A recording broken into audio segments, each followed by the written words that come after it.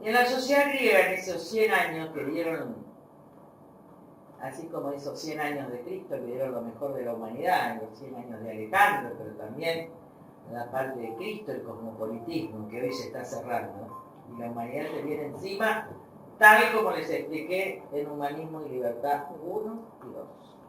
O sea que eso es profético respecto de lo que va a pasar seguramente en el mundo a partir del fin de enero del año que viene. Entonces ellos tenían que explicarle al pueblo cuáles eran los excesos que podían llevarte a un sinsentido de la vida, a una tragedia. La tragedia es finalmente la exposición del sinsentido, del fracaso, del hundimiento final de aquel que solo busca el poder, el dinero o el sexo. Así, sin límites. Es decir, entonces, lo que ha pasado en la Argentina, en todas las tragedias, termina el tipo sin poder y sin lo que quiere. Es decir, con todo el poder pero sin nada, con sus hijos muertos, con sus hijos matándose delante de ellos. Terminan en el sinsentido total de la vida, llenos de un poder vacío, de una riqueza vacía, que finalmente es la peor condena que puedan recibir. Y siempre hay algo de los hijos que está jugándose en cualquier tragedia. Sobre todo en la Antígona, ¿no? Donde el propio hijo de Creonte se mata. Él con su acción respecto de los hijos de Edipo, en definitiva termina matando a su propio hijo, que se mata. Entonces, yo quiero dar esta explicación. En esas tragedias se ve la antropofagia de los adictos al poder y al dinero. Se dan cuenta que visto desde una tragedia, después vamos a traer una tragedia griega, nosotros podemos repetir y podemos irnos a los 70, ¿sí? Y podemos irnos antes, y podemos irnos antes, porque nuestra historia está cruzada por este sentido de antropofagia, es decir, de hacer heredar los peores vicios.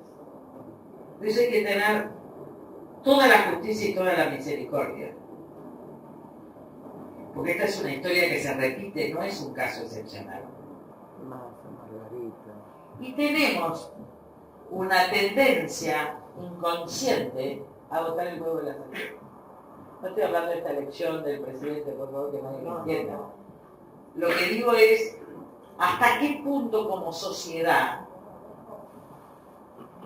no generamos siempre el huevo de la posterior serpiente? Por eso la única forma de revolución en el mundo, y al mismo tiempo la humanidad con miedo genera el huevo de la serpiente. El miedo a enfrentar la verdad nos lleva al huevo de la serpiente, es la mentira. Pero el miedo a enfrentar la verdad y superarla está llevando a Europa a su caída, como lo digo desde el 2002. Y fíjense que todo lo que está pasando en Alemania es para que Merkel pierda la elección.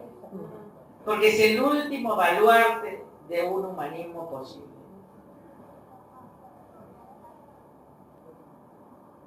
Y es inevitable. Porque solo se evita cuando uno durante años cuidó lo que había construido. Y no han pasado tantos años de aquel exterminio. Solo han pasado 60 o 70 años. Y las sociedades vuelven al momento en que se desconocen entre sí, es decir, desconocen la misericordia. La palabra que sustituye a la palabra misericordia es la palabra empatía. Lo que está perdiendo el mundo es la empatía. El problema es que también producen empatía los violentos. producen identificación los resentidos.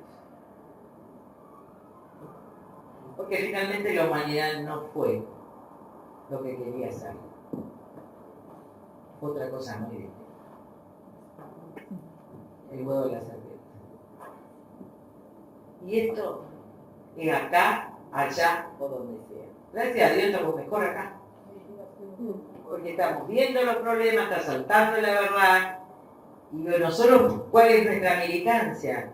Para que toda la verdad salte y se reconstruya. Y para que la humanidad sea posible. Y para que la empatía con otros hermanos sea posible.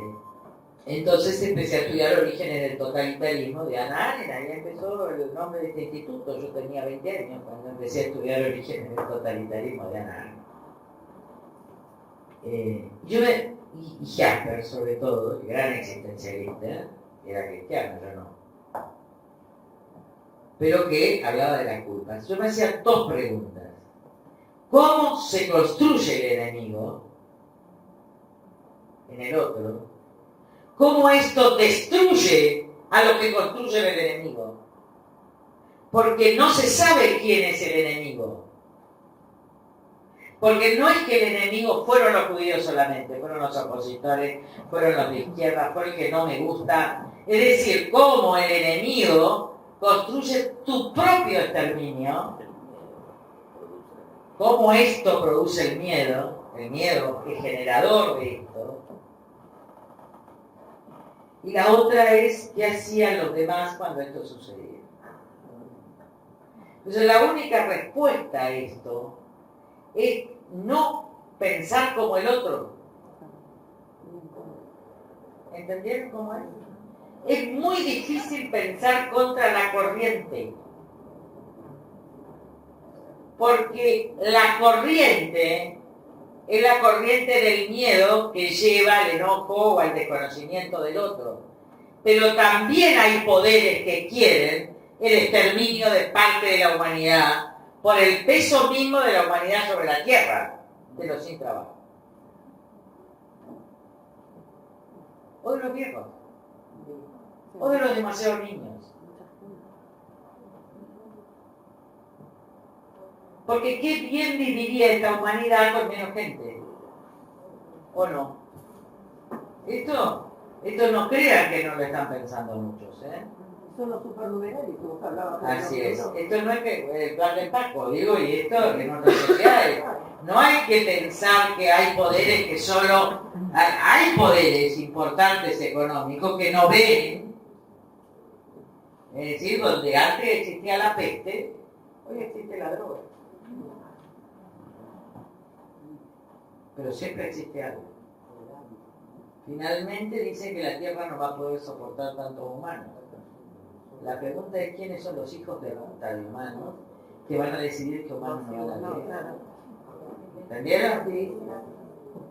Como lo comenté. Entonces, yo creo que la labor de resistencia que tenemos ahora es que excede la Argentina va a ir bien.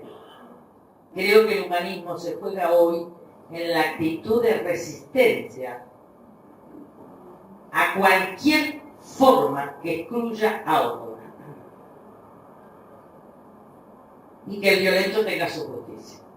Y que la revolución, y voy a hablar del término revolución como revuelta, es la no violencia.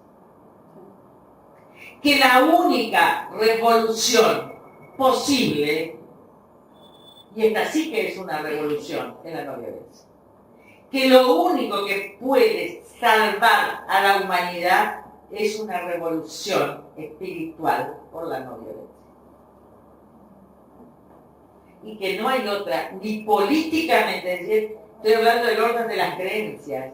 Del orden de las creencias, va a venir, va a venir después.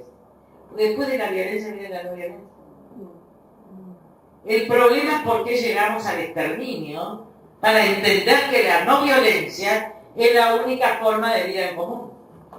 Entonces, lo que uno tiene que vivir es saber que va a haber minorías en el mundo, que son millones las minorías, y que hay que expandir esas minorías, que se resistan como actitud mental, como actitud de creencia, al propio miedo que te hace construir muros, desconocer al otro, desconfiar del otro, ver una amenaza en el otro.